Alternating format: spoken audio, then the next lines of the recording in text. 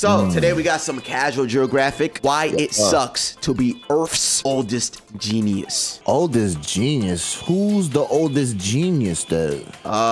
It looks like we have a seal. A seal? Oldest though? I don't know how they're the oldest, but he gonna elaborate though. Yeah, I'm trying to you know how we always talk about the title? I can't think of anything to say. Whatever, you know what I'm saying? It is, bro, it's casual. That's what we're here, bro. We're here to learn, educational, motivational, inspirational. Shout outs to him. Link to the original video down below. Go check it out. Yes, sir. All right. No friends, no family, no wife, no life, underlooked, you're chronically cooked, abject, inept, disrespect, and often neglect. You're boxed, you're dog shit. I got you. Now, what is that? Facts. That like a turtle. Like the back of it look like the shell or whatever is next to, and that looks like the turtle's eyes and the oh no, it's an octopus. Look, the eyes are here. This is the big dome, and this is like it showing its you feel me?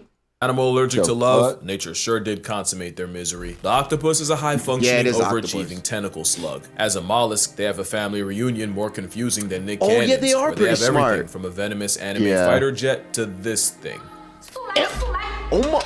It's big enough. Which means the octopus is basically an overqualified snail that lost its shell and had to overcompensate. Now, they do have a lot going for them. They wouldn't have lasted 300 million years of reverse plot armor otherwise, but call it cosmic calamari the way they get absolutely deep fried by fate. They're built like malicious compliance. Like the boss's brat demanded an octopus. Yo, look at that. That looks so, what's the word?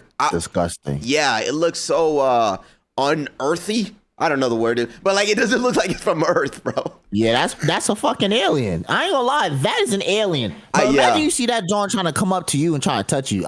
No, thank you, bro. I can't do that. And that's how I feel about most water things, which is why I always find people who marine biologists. How are you guys actually very interested in touching these things and studying them? I don't know. I would never do that, but I think that's pretty cool. Yeah. And somebody's got to do it. So I appreciate y'all because I'm not coming close to this.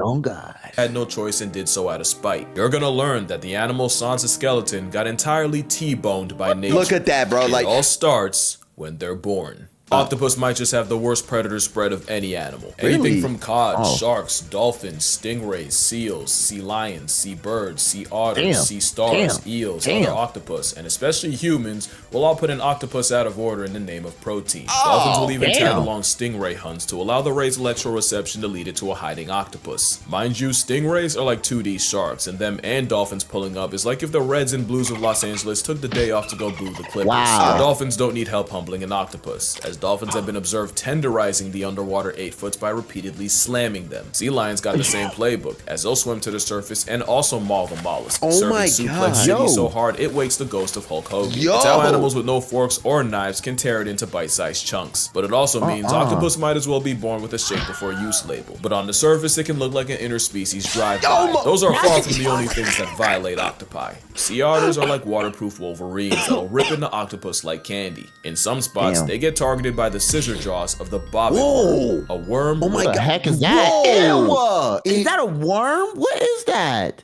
See, this is why we can't be. This is why we shouldn't be in space. We need to fully discover the ocean. Cause what is this, bro?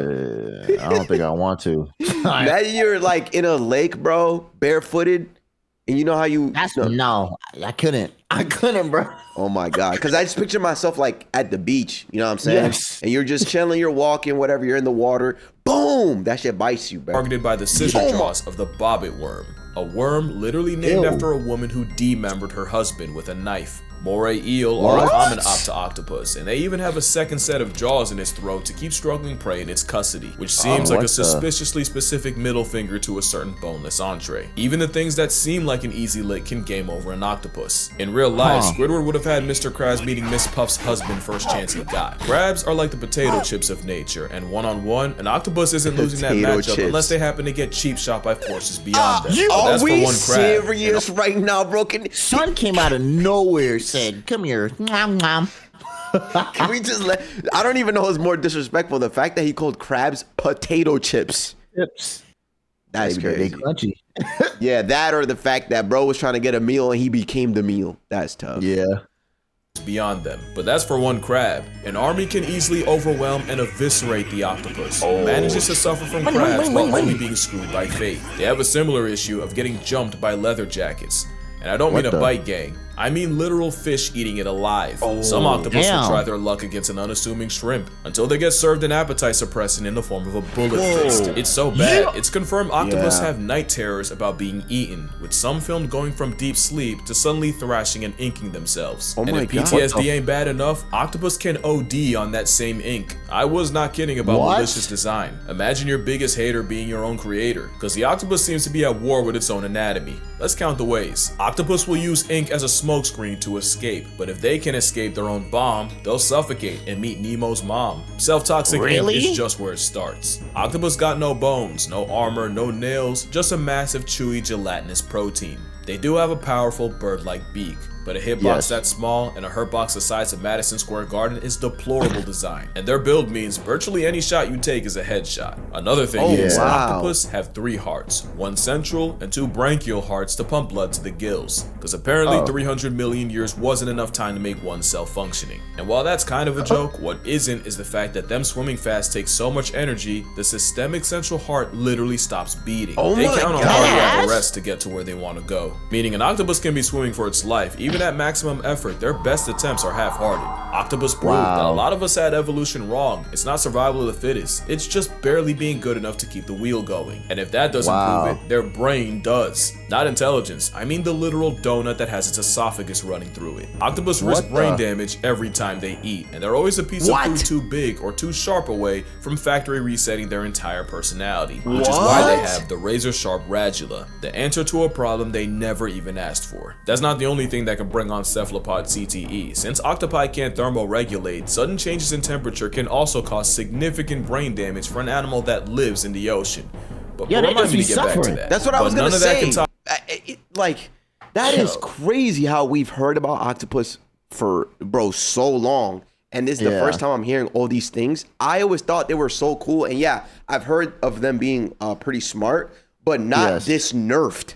Like, yeah, they be suffering. Like, I'd hate to be a freaking octopus. That's what. I thought they were cool and weird looking and extraterrestrial looking, and I don't know, but damn, I feel bad now, bro. They have an insane predator list. You know what I'm saying? Boom. And then they themselves, the way they're made up, it is bad for them. Like, they cook themselves in general. And also cause significant brain damage for an animal that lives in the ocean.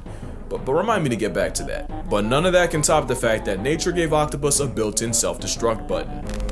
Is that good or bad? Senescence is the process of deteriorating with age, the withering of functional characteristics in living organisms. Basically what kids think turning 30 is. It happens to everyone, and nature chipped octopoda with a kill switch. It's no secret that making babies is the last thing an octopus will do, as the process seems to give both parties dementia, as they lose all sense of self-preservation. Symptoms of senescence include lack of feeding, skin around the eyes retreating, white lesions forming, and awkward, uncoordinated movements, almost like they have no purpose beyond this point. But some seem to actively crave the sweet release, since captive octopi have been seen trying to rush the process by banging into the sides of their tank, tearing off pieces of their own skin, and even getting their tentacles tangled. And it all begins with these two guys.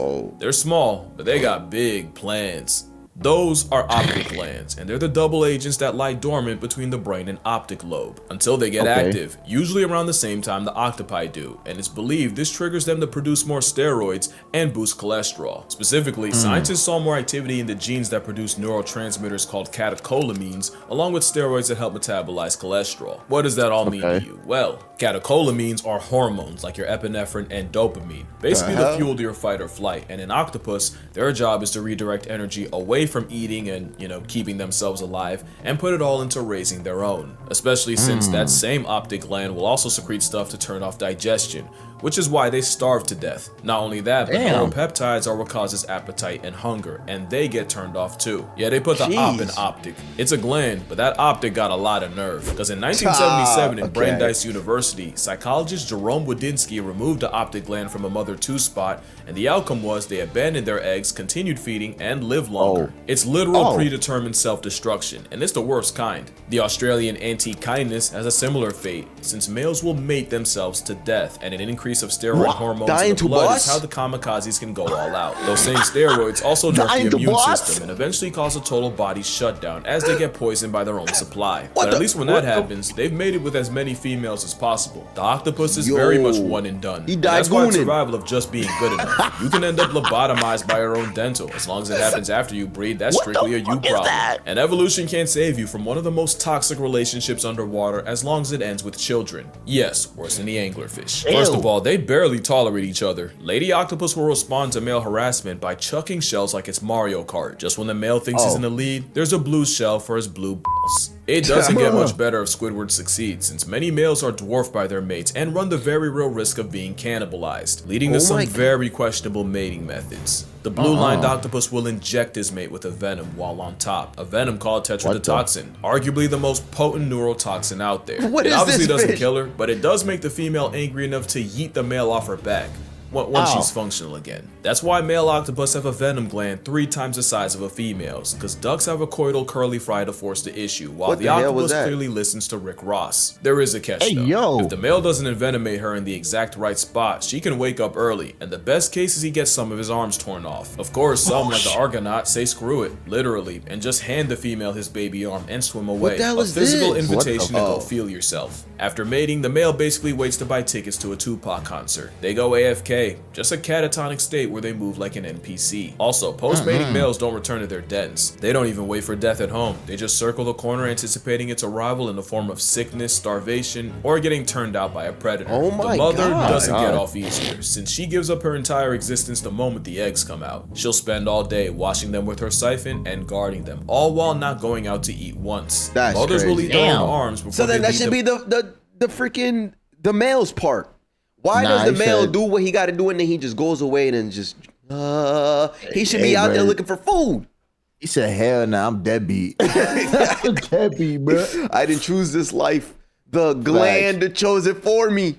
Oh God! All while not going out to eat once. Mothers will eat their own arms before they leave them alone for a second, and that hunger strike can last years. One deep-sea octopus brooded eggs for a total of 53 months, just under 4.5 years. It was by far the longest brooding period of any animal, and she even turned down crabs offered to her by researchers. Like all octopus, once the eggs hatch, the babies swim to the surface and spend their early days drifting the current. And if motherhood doesn't murk her, the she-puss just waits for something like a pack of starfish to put her in her place.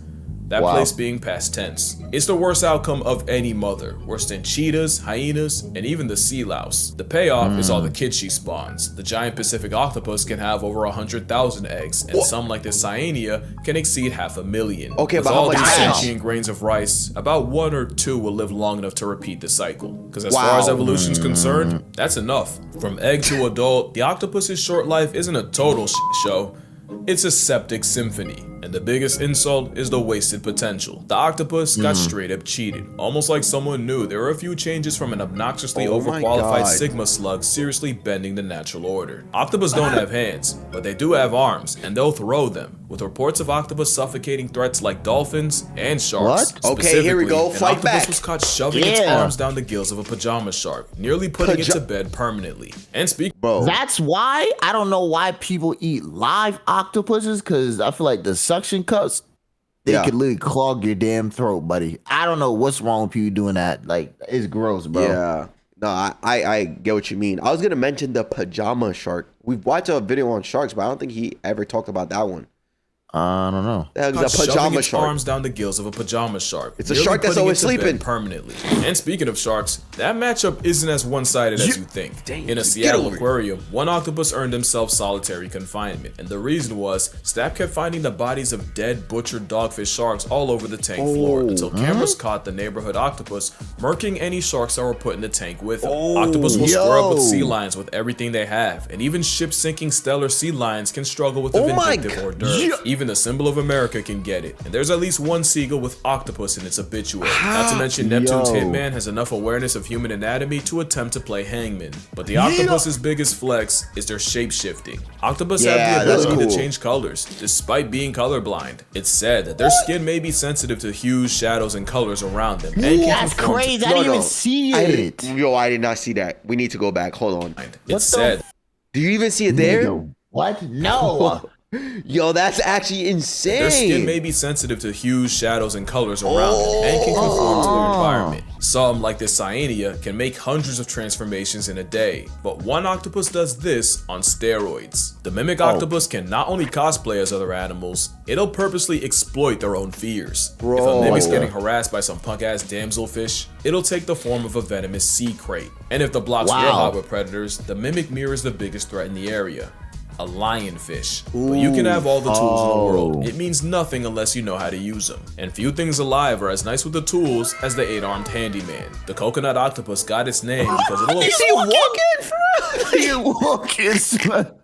Bro, walking with his as nice with the tools as the 8-armed chest out and everything. The coconut octopus got its name because it'll appropriate the shells of the fruit as a travel-sized panic room, pretty much re-equipping the shell that time took away from them. Some will go incognito by using shells to hide in plain sight. They don't always use tools to avoid problems. Some, like the blanket octopus, invite them by stealing Portuguese man-of-war tentacles and practicing ocean open carry. And as predators, some have learned to drill holes in prey in the exact spot needed to neutralize them. They say octopus have the intelligence of a 3-year-old, yet man's moving like a pre-med major, and it's probably because octopus don't have one brain, they have 9. Each arm basically has a mind of its own, meaning 2/3 of its own cognition lies outside its own head, with over 2,000 suckers that all move independently. 8 arms that can independently learn more about the world around them. Cornucopia of consciousness, a borderline hive mind. Y'all forgot about that temperature problem, right? Well, octopus can edit their own RNA based on how hot or cold the water around them.